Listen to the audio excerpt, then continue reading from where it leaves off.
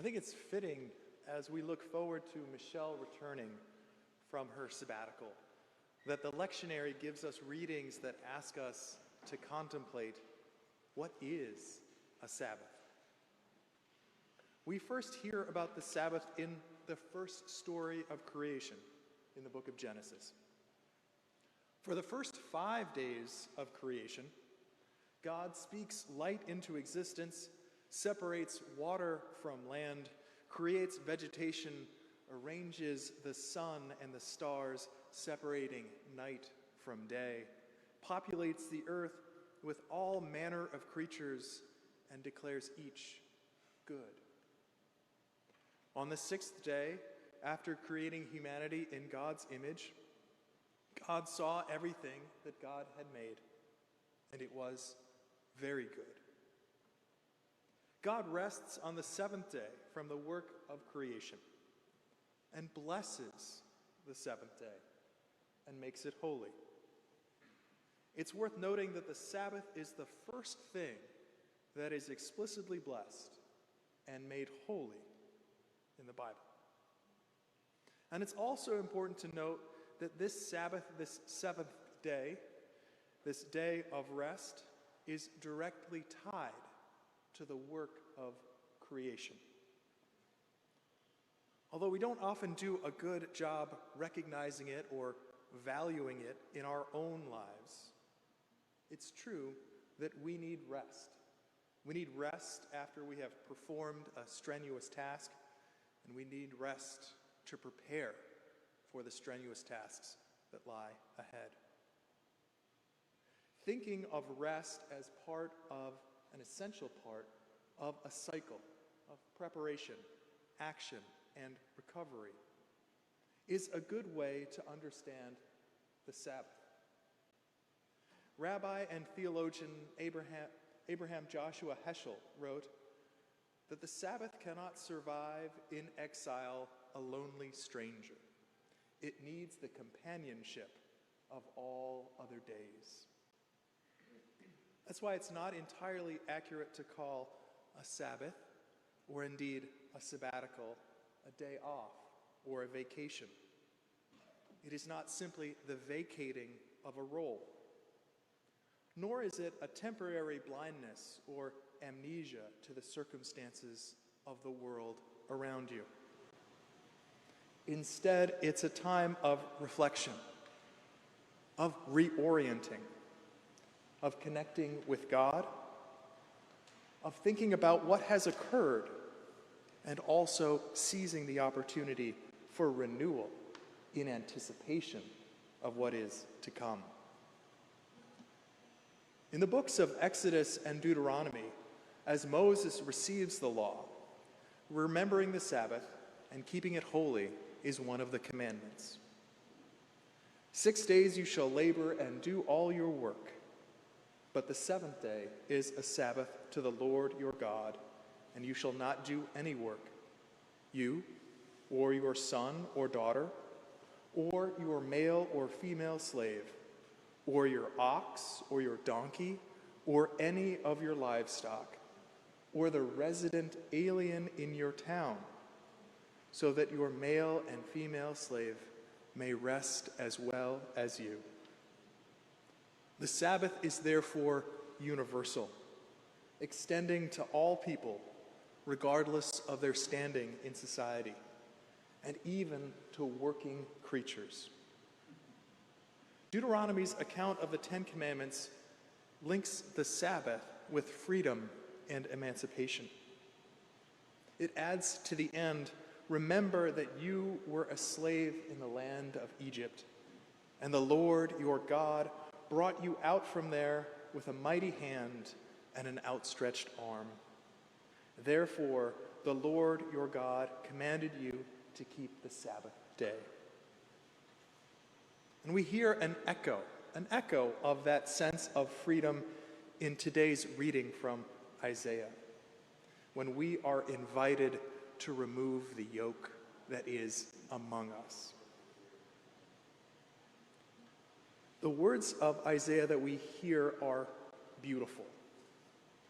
Who wouldn't want to be called, or who doesn't aspire to be called a repairer of the breach, a restorer of streets to live in? Speaking to all of us, Isaiah articulates what God calls us to do and our own agency in doing it. The reading begins with a potential for freedom. If you remove the yoke from among you, the pointing of the finger, the speaking of evil, if you offer food to the hungry and satisfy the needs of the afflicted, then your light shall rise in the darkness, and your gloom shall be like the noonday. It's up to us to remove the yoke that exists among us. Importantly, it's not necessarily yours or mine, but this yoke, this heavy burden, this limitation, this coercion exists among and affects all of us. We're called to remove it, and we're given the agency and even the expectation to take action to do so. Similarly, we are called to offer food to the hungry and satisfy the needs of the afflicted. And again, we are given the agency and the expectation to do so.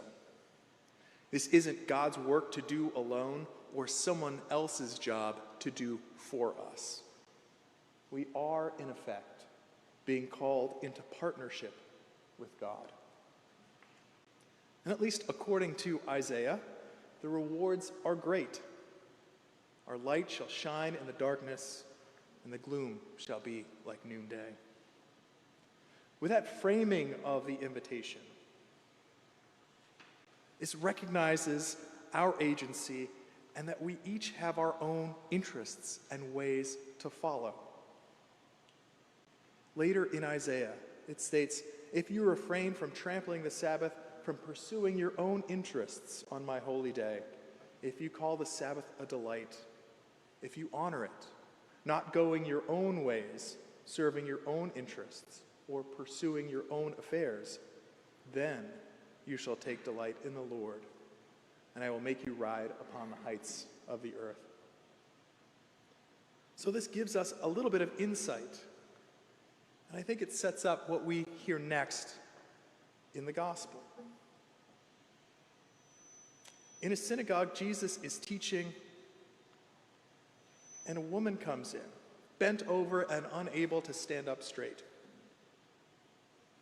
She is simply in the synagogue. She doesn't do anything that we see in the other Gospels, right? She doesn't cry out to Jesus or ask for mercy. She doesn't grasp for his cloak for healing. She respects the time and place where she is. But Jesus is the one who disturbs things. He sees her, calls her over, declares her free, and lays hands on her. He frees her from this affliction of 18 years. And by the way, it's not really clear from the reading if she had regularly attended this synagogue.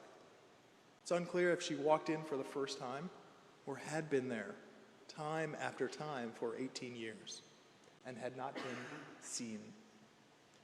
Jesus sees her and again disturbs things. He calls her over, frees her from this affliction, and the leader of the synagogue is upset, right? And Jesus is, in some ways, a repeat offender of healing on the Sabbath. There are at least 4 Sabbath controversies in the Gospel of Luke alone. And why is the leader of the synagogue upset? Because the prescribed rules had been broken.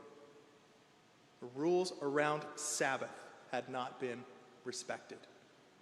And it's interesting in the text, we see that the leader of the synagogue is speaking not to Jesus, not to the woman who is healed, but to the crowd. So what are we supposed to do? How are we supposed to balance the idea of Sabbath, of having a time for rest built into the rhythms of our life, and also of a God who breaks in to our lives at unexpected moments? We are to live in tension, holding both. And in many ways, the Christian experience is one that is lived in tension, grounded in the temporal world, but looking off into the sacred. Following a leader who is portrayed as fully God and fully human, living into that tension. And so, as we look forward to Michelle returning, I invite all of us to live into that tension of building that time to rest, that time to recover into our lives, and also recognizing that God will break into our lives at unexpected moments. Amen.